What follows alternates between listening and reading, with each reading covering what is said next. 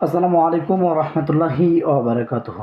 বন্ধুরা আমার, সকলে কেমন আছেন? আশা করছি আলহামদুলিল্লাহ আপনারা সকলে ভালো আছেন এবং সুস্থ আছেন। দোয়া করি আপনারা সকলে ভালো থাকেন এবং সুস্থ থাকেন, এই দোয়া কামনা করছি। সম্মানিত হযরতগণ, আজকে একটা গুরুত্বপূর্ণ বিষয় নিয়ে আলোচনা করব। সেই বিষয়টা হচ্ছে খিঁচুনি রোগের লক্ষণগুলো কী কী, সেই বিষয় নিয়ে আমরা বিস্তারিত আলোচনা করব। কেন এই বিষয়টা নিয়ে আমাদেরকে আলোচনা করতে হয়? বিশেষ করে আমরা যারা তদ্বির জগতে কাজ করি বা যারা কবিরাজি জগতে কাজ করে থাকি, তারা আমাদেরকে আগে সর্বপ্রথম রোগটাকে বাছাই করতে হয়। এই রুগীটা কিসের রুগী? শারীরিক রুগী, মানসিক রুগী, নাকি কি কোন রুগী, নাকি জিন বা জাদুর রুগী? এইটাকে যদি আমরা বাছাই না করতে পারি, তাহলে কিন্তু অবশ্যই আমরা এক রুগীকে বিপদের সম্মুখে ফেলে দেব।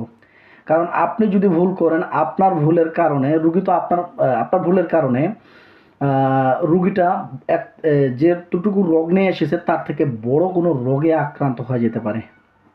সম্মানিত হযরতগণ, কারণ একজন চিকিৎসকের কাছে একটা রোগী আসে অনেক আশা কিংবা আকাঙ্ক্ষা নিয়ে। এই আশা কিংবা আকাঙ্ক্ষাগুলো নিয়ে বা আসে, আপনি যেটাই বলবেন সেই কথার মুখের বলিটাকে বিশ্বাস করে রুগীটা ওই বিষয়ে ওই পরিপ্রেক্ষিতে চলতে থাকে। তাই সর্বপ্রথমে রোগ নির্ণয় করা বা রোগ সম্পর্কে জানা, এটা আমাদের প্রতিটা চিকিৎসকের জরুরি। এই জন্য বলি সম্মত হযরতগণ, খিঁচুনি বিষয় নিয়ে আজকে আলোচনা করি। কারণ এই খিঁচুনির রুগী বা জাদু রুগী বা জিন্নাতের রুগীর লক্ষণ কিন্তু সেম টু সেম।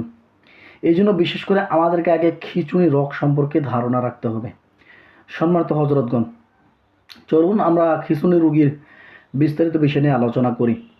এই খিঁচুনির রুগী হলে এই রোগগুলো হঠাৎ করেই দেখা দেয়, হঠাৎ করে থেকেই শুরু হতে পারে। প্রথম অবস্থায় সর্বপ্রথমে ওই রুগীটা অজ্ঞান হয়ে যেতে পারে। এক নম্বর লক্ষণে হঠাৎ ওই রুগীটা অজ্ঞান হয়ে যাবে, হঠাৎ করে এক জায়গায় পড়ে যাবে।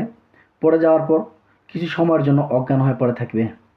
যদি অজ্ঞানে পড়ে থাকে, অজ্ঞান যদি না খুলে অবশ্যই ডাক্তারের পরামর্শ নেবেন এবং চেষ্টা করবেন। এক। দুই নম্বরে হাত পা ঝাঁকুনি আসবে। অটোমেটিকলি শরীর শক্ত হয়ে যাবে এবং হাত পা কাঁপতে থাকবে এবং ঝাঁকতে থাকবে। তখন অনেকজনে মনে করেন যে এই রুগীটাকে ভূতে ধরছে বা জিনে ধরছে। এই লক্ষণগুলো আসে।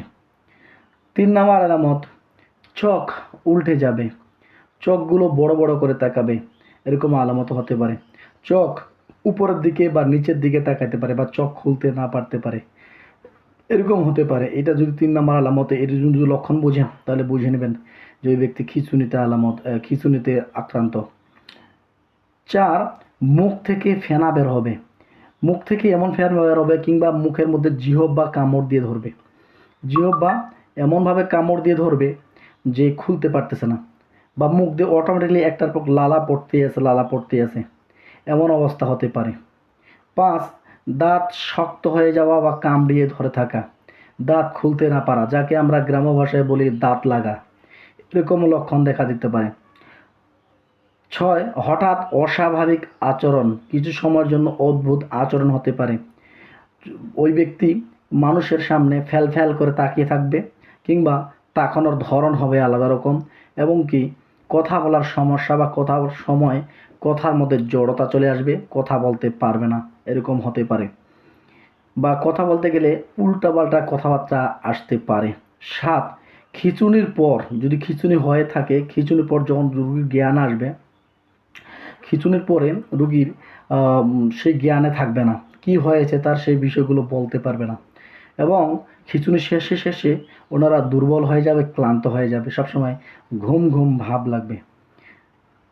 তো সম্মানিত হযরতগণ, আট, প্রস্রাব বা পায়খানা ধরে রাখতে না পারা, খিঁচুনির এটা একটা আলামত।